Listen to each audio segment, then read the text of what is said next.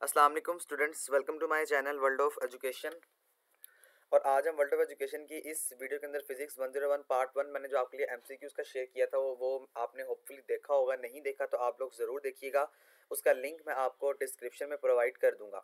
बाकी दूसरे भी हैं जिस तरह CS101 है, ENG101 है, ये तमाम तो चीज़ें मैंने अपने चैनल पर अपलोड कर दी हैं।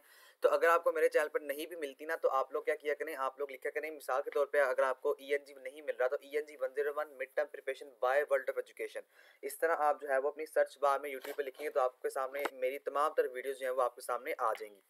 चलते हैं अपने पार्ट 2 की तरफ। ये आपका पार्ट 2 है जिसके अंदर मैं आपको हैंड आउट से ही तमाम डेफिनेशंस के बारे में बताऊंगा, तमाम आपके जो न्यूमेरिकल आ सकते हैं जो आते हैं उनके बारे में इंशाल्लाह हम इस पर जो है वो गुफ्तगू करेंगे। तो पार्ट 2 में जाने से पहले आप तमाम तो लोगों से रिक्वेस्ट है कि प्लीज़ चैनल को सब्सक्राइब कर लें। इंशाल्लाह करंटली पेपर आपके साथ ज़रूर शेयर किए जाएंगे और मैं कोशिश करूंगा अगर पॉसिबल हुआ तो मैं आपको करंटली पेपर यानी कि जो क्वेश्चन होंगे उनका सोल्यूशन भी प्रोवाइड कर दूंगा, और अगर नहीं पॉसिबल हुआ तो मैं आपको लाजमी सोल्यूशन जो है वो उसको छोड़ के जो क्वेश्चन है वो लाजमी आपको प्रोवाइड कर दूंगा। इंशाल्लाह बहुत सारा फ़ायदा आपसे जो है उसका हो जाएगा। तो देखिए जी, यहाँ पे जनरल इन्फॉर्मेशन है, ये आपका कोई काम नहीं है, सिर्फ आपको कोई कुछ बैकग्राउंड बता रहा है, इसको आप स्किप कर दें। नेक्स्ट आप आपके पास आएंगे लेक्चर्स।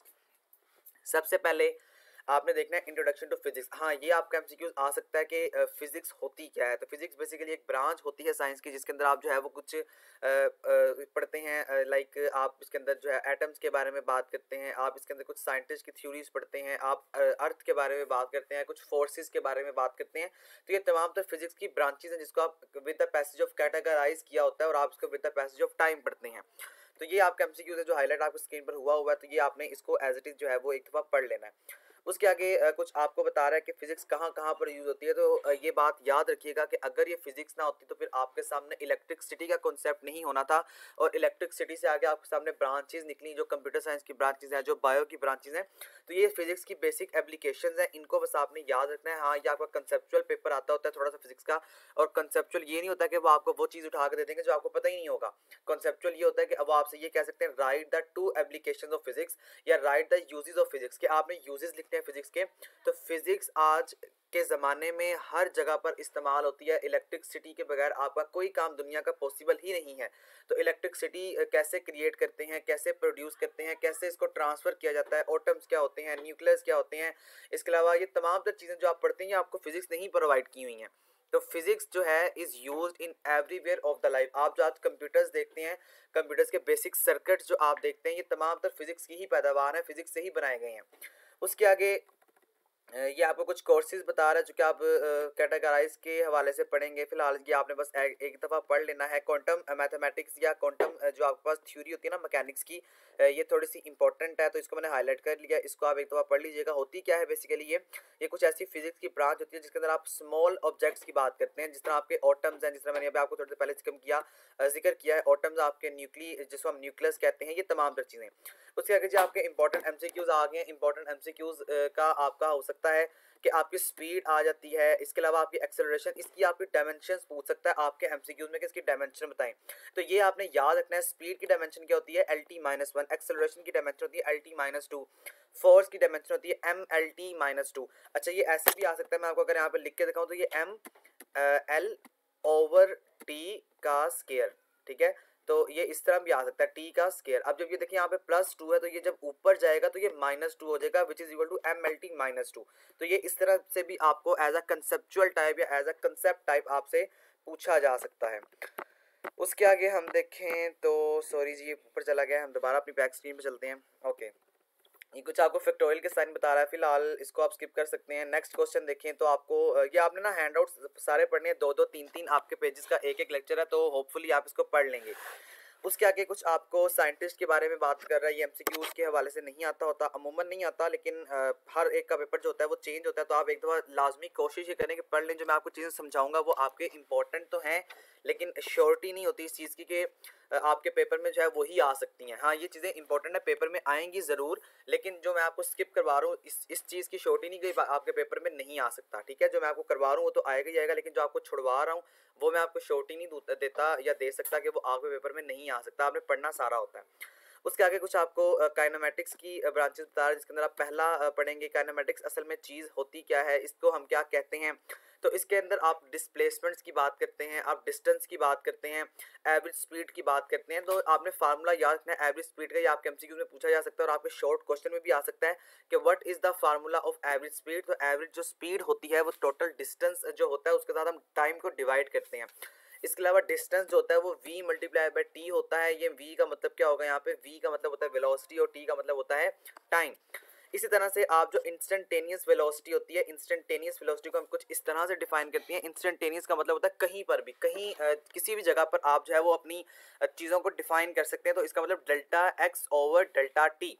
तो ये आपसे फार्मूला जो है वो पूछा जा सकता है, या आपसे डेफिनेशन जो है डिफाइन इंस्टेंटेनियस वेलोसिटी, इसके बारे में पूछा जा सकता है। तो ये आपने फार्मूला को याद रखना है और आप फार्मूले से डेफिनेशन को खुद क्रिएट कर सकते हैं। कैसे आप डेफिनेशन को क्रिएट करेंगे, आप कहेंगे जी when we divide delta X by delta T it will be equal to instantaneous velocity. Basically यही आपकी डेफिनेशन है।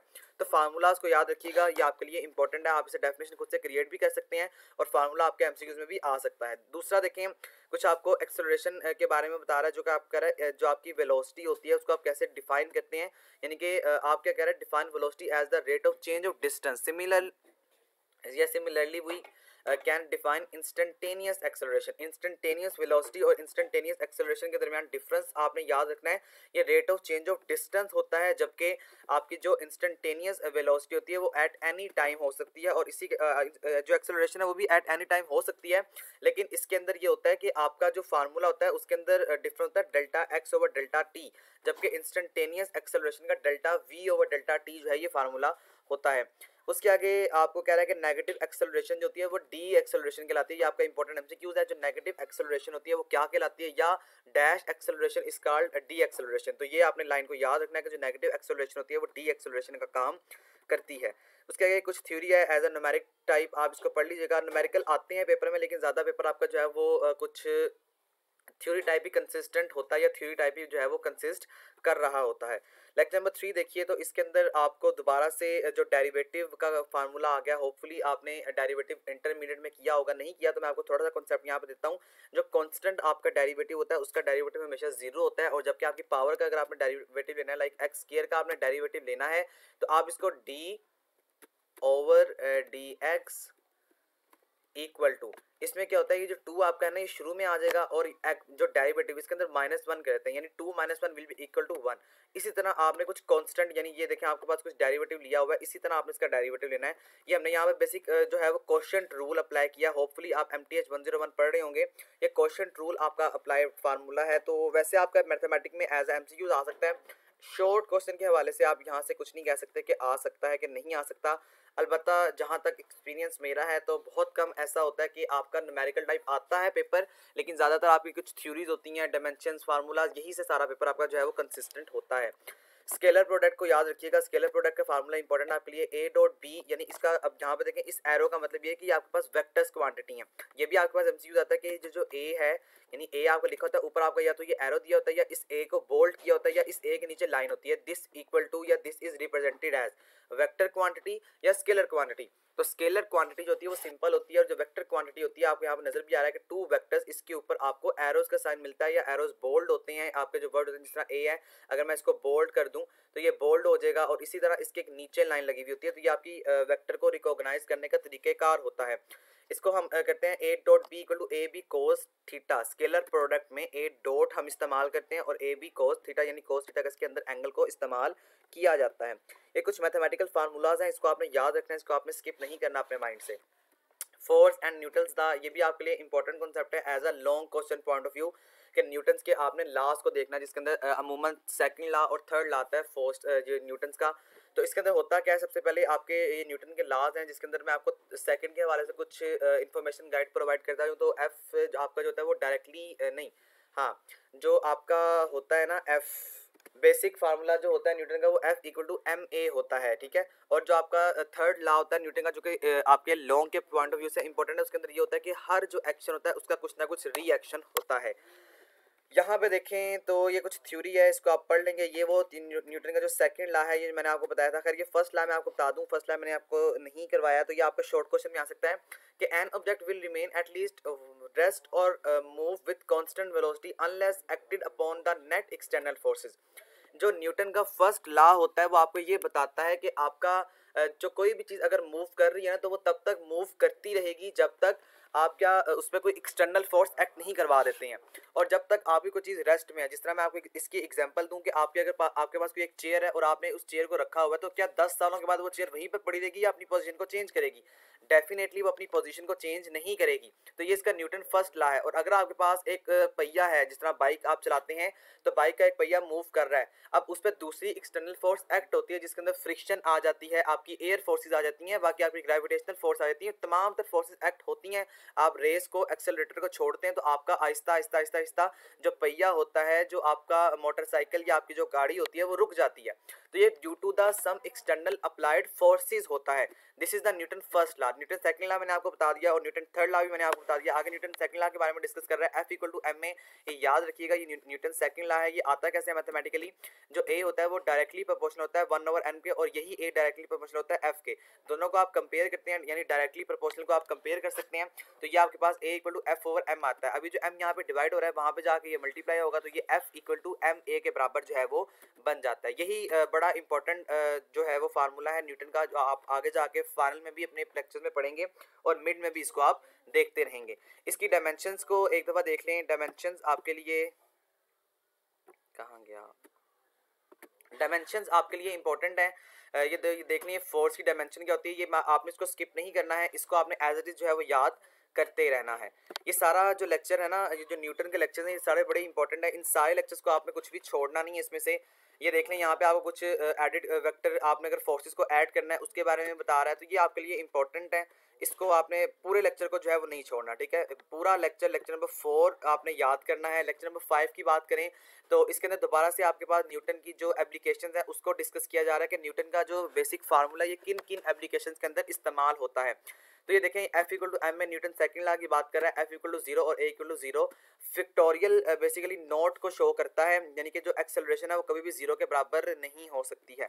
ये इसको बस एक दफ़ा डेफिनेशन को पढ़ लीजिएगा। इसके अलावा कुछ पॉइंट्स आपको यहाँ पे बता रहा है। ये कुछ एक बेसिक सा फार्मूला है, ये बेसिक सा एक सोल्यूशन है। तो देखें, जो आपका R है, यानी अब R आपका वेक्टर है, किसके बराबर है? AT plus BT cube I। ये आपका जो है वो यूनिट वेक्टर की बात कर रहा है, यानी कि I जो कैप आ जाएगा, फिर J कैप आ जाएगा, तो ये पोजीशन वेक्टर्स की आपको बात कर रहा है। अब आपने यहाँ पे सिंपल सा एक डेरिवेटिव लेना है। M आपका, ये देखें अब क्या कह रहा है कि ये एक्ट कैसे करेगा। तो ये आपका एक न्यूमेरिकल जो है वो टाइप क्वेश्चन है, जिसके अंदर आप इसको सॉल्व करते हैं। अब आपका 3 है, तो ये 3 आपका मतलब आपका जो है वो बेसिक हमने सिंपल डेरिवेटिव के रूल्स को अप्लाई किया हुआ है यहाँ पे, तो वो आपको सिर्फ यहाँ पे जो है बताया जा रहा है।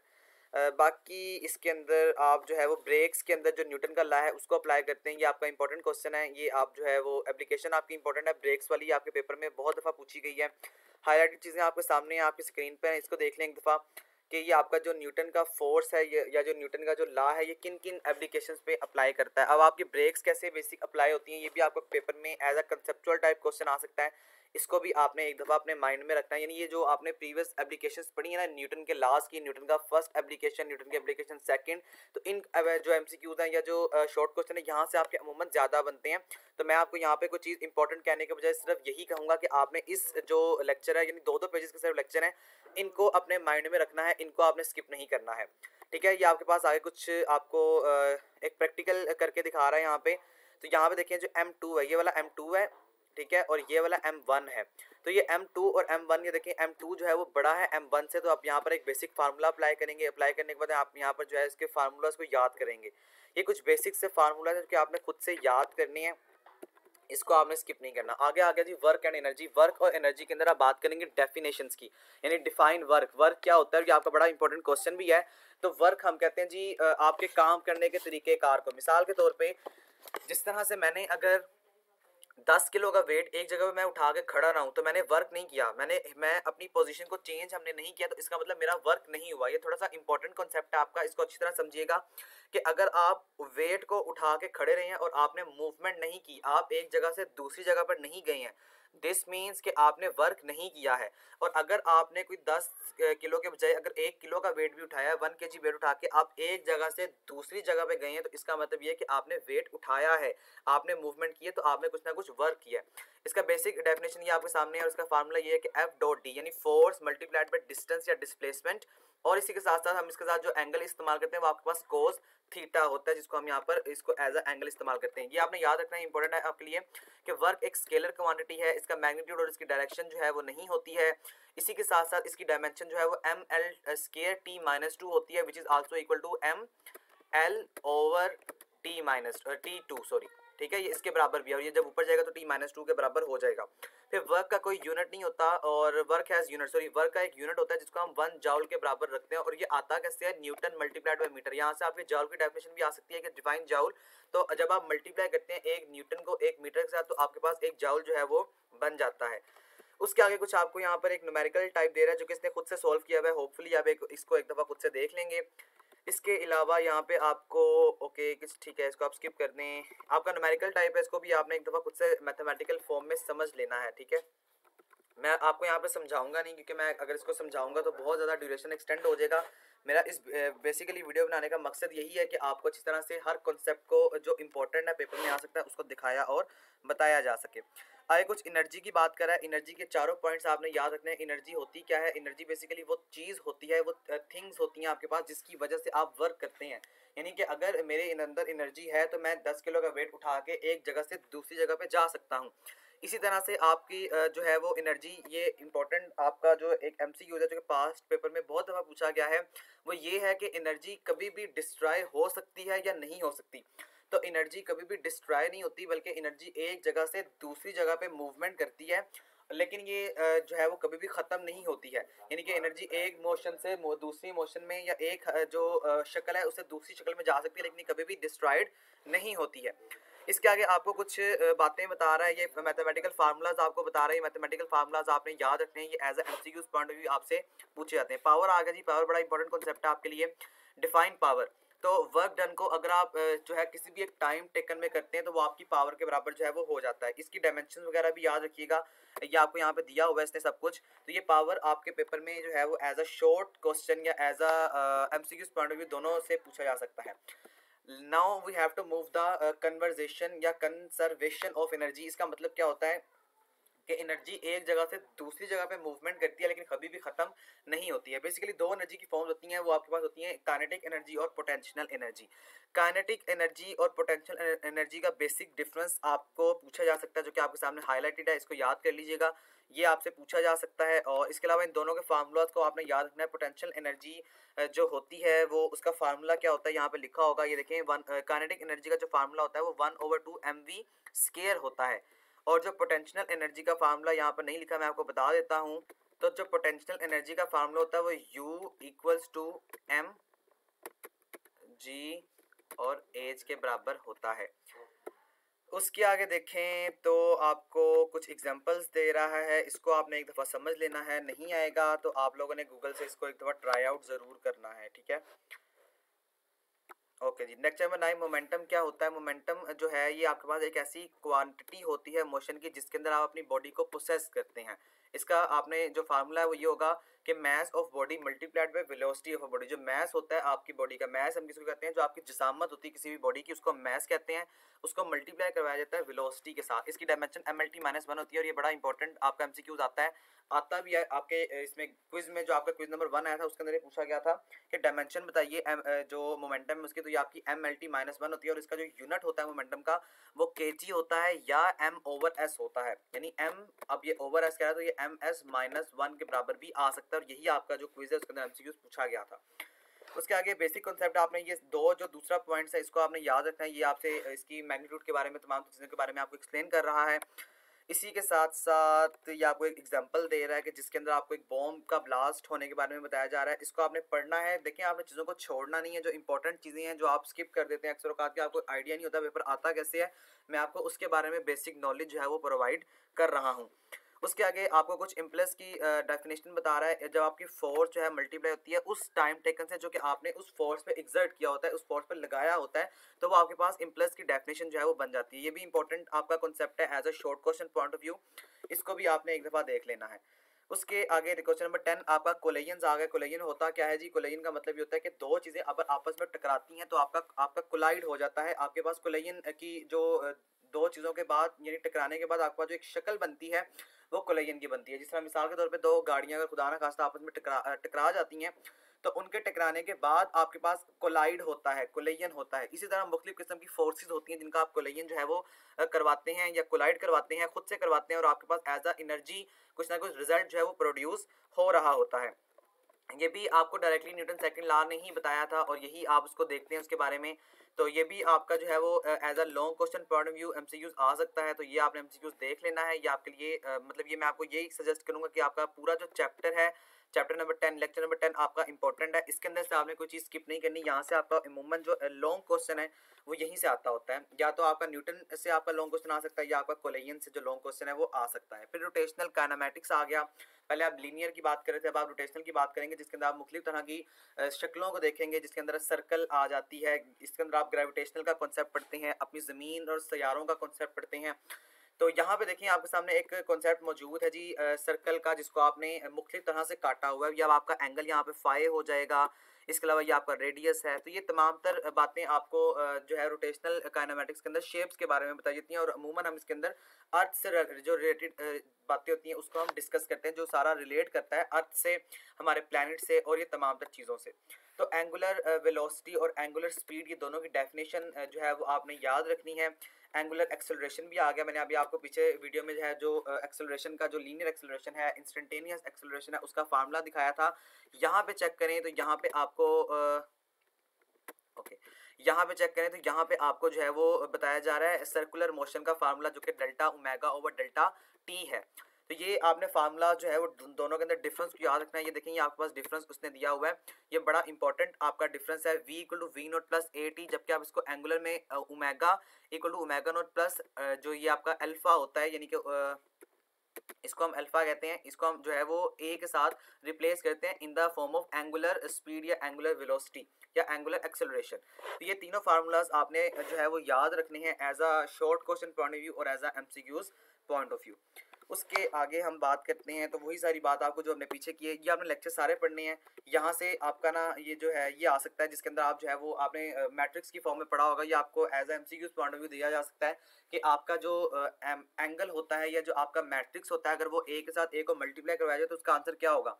अमूमन एक रो और एक कॉलम आपके पेपर में आपको दी जा सकती है। उसके आगे कुछ आपके बात कर रहा है जी फिजिक्स की मैनी पार्टिकल्स की, जिसके अंदर आप ऑटम्स के बारे में बात करते हैं, जिसके अंदर आप जो है वो मतलब मुख्तलिफ किस्म के आपके पास पार्टिकल्स होते हैं, उसके बारे में आप उनको देखते हैं। तो ये आपने वैसे इतना इंपॉर्टेंट ओवरऑल लेक्चर नहीं है, लेकिन आप इसको एक दफ़ा गुजार लेना, अपनी नज़र से छोड़ना नहीं है इसको। आपने छोटे से सिर्फ आपकी हैंडआउट्स है, मुश्किल नहीं है, ये आपने याद रखना जी, ये आपका सारा इंपॉर्टेंट है। जिस तरह मैंने भी आपको पीछे दिखाया था ना लीनियर और रोटेशनल मोशन एक्सेलरेशन का, ये आपकी क्वांटिटीज़ की जो फार्मूलाज हैं उसके बारे में आपको बता रहा है, तो इनको आपने स्किप नहीं करना है। उसके आगे हम देखते हैं तो आपको एंगुलर मोमेंटम के बारे में बता रहा है। एंगुलर मोमेंटम का फार्मूला और इसकी डेफिनेशन आपके पेपर में शॉर्ट क्वेश्चन के पॉइंट ऑफ व्यू से पूछी जाती है और आपसे भी पूछी जा सकती है। तो ये देखें, ये इसकी डेफिनेशन है और यही इसका जो है वो फार्मूला होती क्या है। बेसिकली एंगुलर जहाँ पे बात आती है उसका मतलब ये होता है कि हम सर्कुलर मोशन की या सर्कुलर वे की या सर्कुलर पाथ की बात कर रहे हैं। तो रिकॉल आपको दोबारा याद करवाया जा रहा है कि एंगुलर जो मोमेंटम होता है वो L equal to R cross P होता है, और ये आपके सारे वेक्टर्स क्वांटिटीज होती हैं। और इनका अगर हम जो है वो डिफरेंट पाथ में इसका फार्मूला बनाए तो ये आर पी साइन थीटा, इसका जब एंगल यूज होता है वो साइन थीटा यूज होता है। फिर आर साइन थीटा पी को आप अलग कर सकते हैं which is equal to R, और ये आपके पास एक साइन है। अब मैं ऑनेस्टली मुझे इसका नाम तो याद नहीं है, मैं आपको कंफर्म कर देता हूँ। ओके जी, साइन का नाम मुझे नहीं याद, प्लीज़ आप कंफर्म कर दीजिएगा, किसी को पता है तो कमेंट्स में दूसरे स्टूडेंट्स के लिए लाजमी मेंशन कर दे। उसके आगे आपको कुछ मज़ीद न्यूमेरिकल के हवाले से बता रहा है, जो कि प्रोजेक्टाइल कोऑर्डिनेट्स हैं। प्रोजेक्टाइल का मतलब होता है जहाँ पे साया वगैरह आप जो है वो फाइंड आउट करते हैं। ये न्यूमेरिकल आपका आ सकता है आपके पेपर में। नेक्स्ट हम देखते हैं तो ओके जी, नेक्स्ट आपके पास है लेक्चर नंबर 14, जो कि इक्विलिब्रियम की मुख्तलिफ बॉडीज़ के बारे में, मुख्तलिफ स्टेट्स के बारे में आपको बताएगा। फर्स्ट कंडीशन ऑफ इक्विलिब्रियम आपको बताया जा सकता है। सेकंड कंडीशन ऑफ इक्विलिब्रियम आपको जो है वो आपके साथ as a long short question आपसे आ सकते हैं, और अमूमन जो दोनों कंडीशन अगर आएंगी तो ये आपके लॉन्ग क्वेश्चन में जो है वो आ सकती हैं। इसके बारे में देखें तो आपको कुछ रिज्ड बॉडी की इक्विलिब्रियम बता रहा है। रिज्ड बॉडी हम बेसिकली कहते हैं जिसमें लचक होती है। तो यहाँ पे ये वाला टोटल आपने जो लेक्चर नंबर 14 है इसको आपने टोटली देख लेना है, ये आपके लिए इंपॉर्टेंट है। इसके अंदर मैं आपको कुछ स्किप नहीं करवाऊंगा। ऑसिलेशन आगे आ गया, ऑसिलेशन की डेफिनेशन आपने याद रखनी है। ऑसिलेशन एक सेल्फ रिपीटिंग मोशन होती है, यानी कि खुद से अपने आप को जो है वो दोहरा रही होती है। जिस तरह से ये आपके पास एक वेव्स है ना, तो ये देखें ये आपके पास पहली वेव आई, फिर उसके बाद यहाँ पे कुछ ऐसा कंटेंट या ऐसा कुछ सोर्स मौजूद था कि इसने दोबारा इसकी शक्ल को कुछ इस तरह से कर दिया, तो इस चीज़ को हम ऑसिलेट कहते हैं। आगे कुछ इसके न्यूमेरिकल्स आपको दिए गए हैं, न्यूमेरिकल आप लोगों ने देख लेने हैं डेफिनेशन, और ये आपसे पूछा जा सकता है। इसके अलावा कुछ आपको सिंपल हार्मोनिक मोशन, ये आपका लॉन्ग क्वेश्चन आएगा, होपफुली आपने इसको सेकंड ईयर में भी किया होगा फिजिक्स में।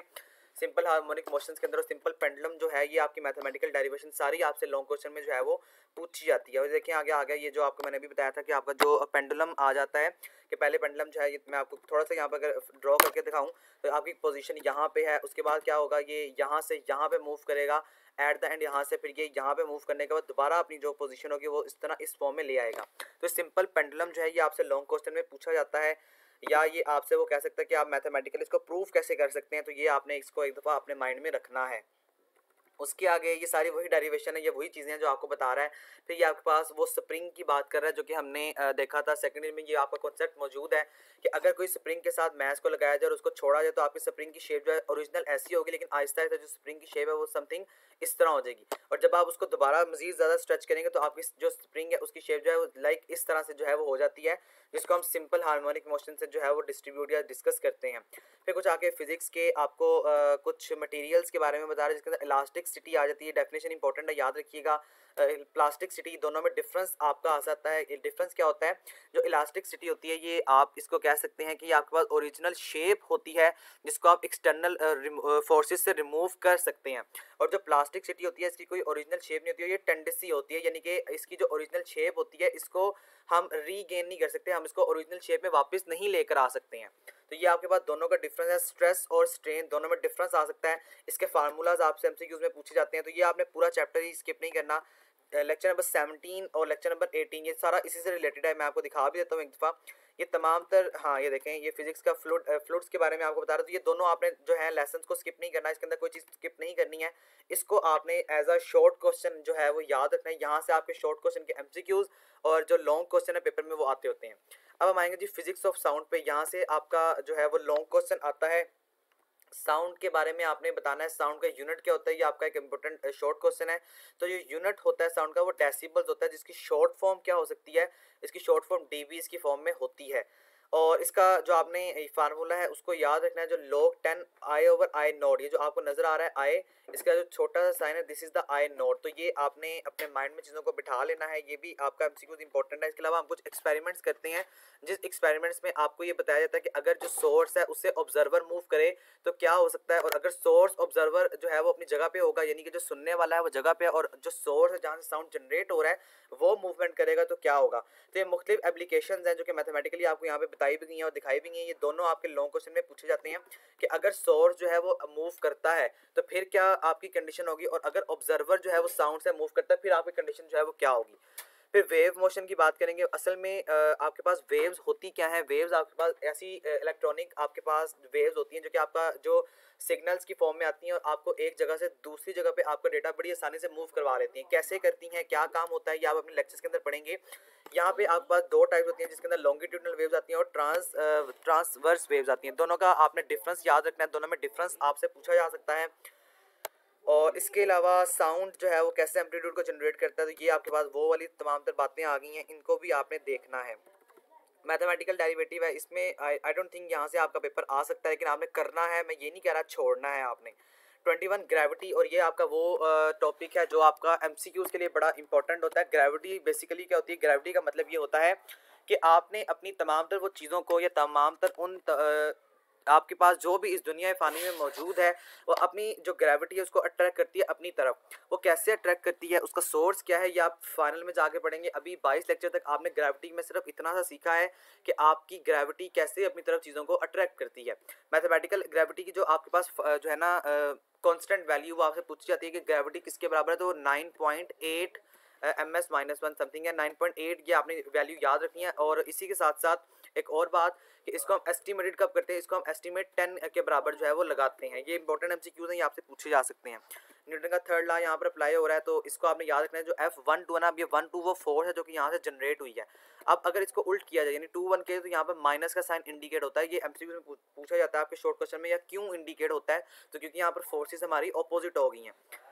उसके आगे कुछ मैथमेटिकल आपको चीज़ें बताई जा रही हैं और सिखाई जा रही हैं, ये आपसे पूछी जा सकती हैं पेपर में एज अ फार्मूला, तो इसको आपने देखना है। फिर इलास्टिसिटी या इलेक्ट्रो स्टैटिक्स का यहाँ पे कॉन्सेप्ट आया था जिसके अंदर आप कॉलम लॉ की बात करते हैं, और कॉलम लॉ भी आपका इंपॉर्टेंट क्वेश्चन है as a long question. F directly proportional होता है Q1 Q2 divided by R2। अब यहाँ पर एक क्वेश्चन ये भी पूछा जाएगा था कि Q1 क्या होता है, तो Q1 जो होता है ये आपका चार्ज होता है, और Q2 क्या है, ये भी आपका दूसरा चार्ज है, और K जो है ये कांस्टेंट ऑफ प्रोपोर्शनैलिटी है। इसी की सारा जो रिलेटेड डेटा है वो आपको यहाँ पर बताया जा रहा है। कॉलम लॉ से रिलेटेड ही सारी यहाँ पर बातें जो है वो की जा रही हैं आपसे। तो जी होपफुली ये आपका यहाँ तक कि मिड टर्म का सिलेबस था, कॉन्सेप्ट आपका क्लियर हो चुका होगा। कोई चीज़ समझ नहीं आई मुझसे कमेंट्स में पूछ लीजिएगा। स्टूडेंट्स मैं दोबारा आपको बार बार क्लियर कर रहा हूँ कि ये जो आपका फिजिक्स है बिल्कुल छोटे से लेक्चर्स हैं। बताने का मकसद ये कि आपने किसी चीज़ को छोड़ना नहीं है। आपका पेपर आता किस तरह से है, कैसे आ सकता है, कैसे रिपीट होगा, या कैसे इंपॉर्टेंट चीज़ें हैं वो आपको क्या हो सकती हैं, वो आपको पूछी जा सकती हैं, तो वो आपने अच्छी तरह से याद कर लेनी है। इंशाल्लाह करंटली पेपर आपके साथ इसी चैनल पर शेयर कर दिया जाएगा, तो प्लीज़ मेरे इस चैनल को सब्सक्राइब जरूर कीजिएगा ताकि आपको करंटली पेपर जो है उसकी वीडियो का नोटिफिकेशन जो है वो मिल सके। Thank you so much. यहीं तक आपकी वीडियो थी, होपफुली आपका इससे बहुत सारा फायदा हुआ होगा। प्लीज़ मेरी इस वीडियो को लाइक और दोस्तों के साथ शेयर ज़रूर कीजिएगा। Thank you so much. अल्लाह हाफिज़।